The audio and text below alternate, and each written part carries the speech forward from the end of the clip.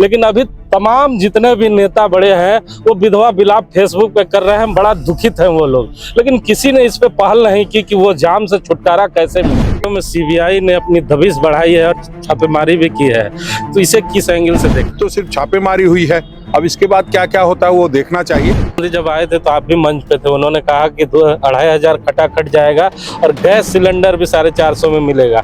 बाबूलाल मरांडी खूब चुटकी ले रहे हैं, पूछ रहे हैं गैस सिलेंडर अब कब मिलेगा। देखिए, उनकी मानसिक स्थिति ठीक नहीं है। कार्यकाल में जितने भी यहाँ नेता हुआ करते थे, कभी भी सिटी पार्क में इस तरह का मंच सजाकर आपको ना बुला पाए, लेकिन पहले ही मौके पर आपके भतीजे ने आपको बुलाकर जो गौरवान्वित महसूस किया है, कैसा लग रहा है? देखिए, ये सही है कि कुछ दिनों के बाद लिख दी जो खूब चर्चा बन रहा है कि पूर्व महासचिव जवाहर माता, लोग समझ नहीं पा रहे हैं कि पूर्व बनाकर कुछ नया दिलाने वाले हैं। नहीं, क्योंकि नमस्कार, डी फोकस में आपका स्वागत है। मैं हूं हिमांशु। हमारे साथ बात करने के लिए कांग्रेस पार्टी के पूर्व प्रदेश अध्यक्ष राजेश ठाकुर साहब है।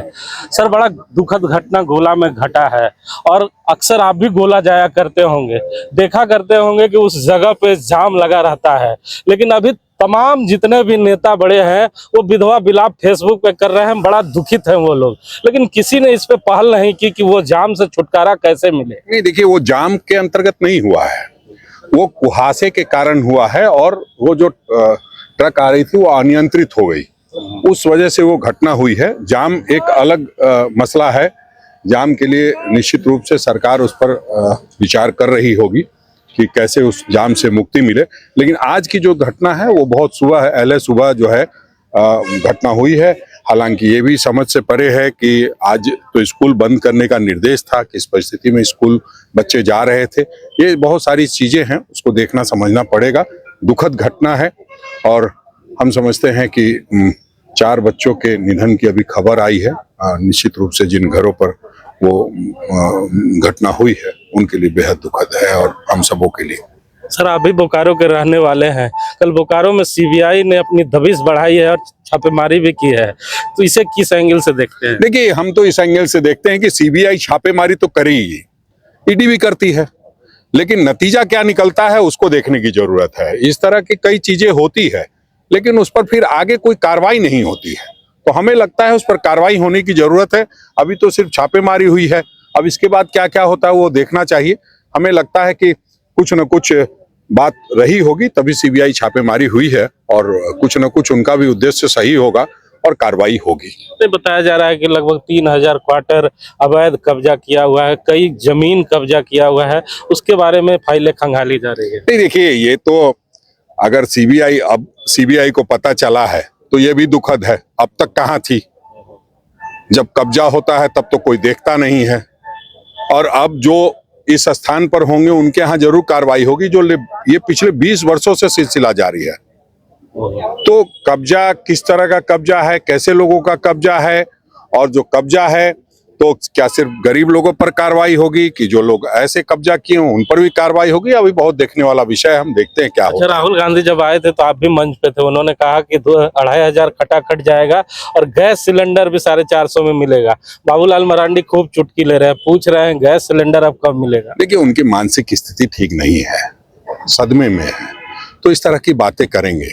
उनको समझना चाहिए कि जो हमने पहला अपना मैया सम्मान देने की बात कही थी और जो गोगो दीदी योजना चला रहे थे, क्या 2100 रुपए देने की बात, 2500 रुपया महिलाओं के खाते में जाने लगा है। और जहां तक गैस सिलेंडर की बात है और अन्य वादे हैं, सबको पूरा करेंगे। हमने ये थोड़ी कहा है कि 30 दिन के अंदर में सारा काम कर देंगे। हम व्यवस्था देखेंगे, हम अपने राजस्व को बढ़ाएंगे और जो 15,000 करोड़ का बोझ बढ़ा है उसको कैसे हम मेंटेन करेंगे, उसके बाद सभी चीजें जो हमने वायदे किए हैं वो पूरा करेंगे। इन लोगों को तो वादा पूरा करने का मौका भी नहीं मिला, तो अब इस तरह से चुटकी लेते रहेंगे। अच्छा, आपके जितने भी मित्र थे या आपके कार्यकाल में जितने भी यहाँ नेता हुआ करते थे, कभी भी सिटी पार्क में इस तरह का मंच सजाकर आपको ना बुला पाए, लेकिन पहले ही मौके पर आपके भतीजे ने आपको बुलाकर जो गौरवान्वित महसूस किया है, कैसा लग रहा है? देखिए, ये सही है कि कुछ दिनों के बाद हुआ है। आप जानते हैं कि पहले भी इसी कॉर्नर पे जवाहरलाल नेहरू जी की मूर्ति है, वहां पर हुआ है और हम लोग उस पिकनिक में शामिल हुए हैं और लगातार इस तरह के इवेंट होते हैं। लेकिन युवा कांग्रेस के द्वारा जो ये जिस तरह से आभार समागम किया गया है, इसका एक आइडिया हमारे प्रभारी आदरणीय गुलाम अहमद मीर साहब ने दिया था कि तमाम जो कांग्रेस जन है उनको आभार व्यक्त करने के लिए एक आभार समागम कीजिए। तो और उस निमित्त युवा कांग्रेस ने पहले कदम उठाया है। विजीत राज जी ने निर्देश दिया है कि सभी जिलों में इस तरह के कार्यक्रम हो, तो उसका आगाज बोकारो से हुआ है। तो निश्चित रूप से हम लोगों के लिए सुखद है। सर अंत में बस इतना पूछना चाहूंगा, क्योंकि साल की शुरुआत तो आपने जबरदस्त की है, माँ का आशीर्वाद लिया, लेकिन फेसबुक पे एक बातें लिख दी जो खूब चर्चा बन रहा है कि पूर्व महासचिव जवाहर माता। लोग समझ नहीं पा रहे हैं कि पूर्व बनाकर कुछ नया दिलाने वाले हैं। नहीं, क्योंकि जब जो मेरी कमेटी थी वो जैसे ही खत्म होती है सभी लोग पूर्व हो जाते हैं। अच्छा उसका एक संकेत ये भी है कि जो लोग वर्तमान में भी लिख रहे हैं वो नहीं लिखे, अच्छा क्योंकि एक क्राइटेरिया बना हुआ है कि जो प्रदेश अध्यक्ष जब हटते हैं तो उसकी पूरी कमेटी भंग हो जाती है। तो अब जब बनेंगे तो निश्चित रूप से कुछ ना कुछ बनेंगे ही। कोई आज के नेता तो है नहीं।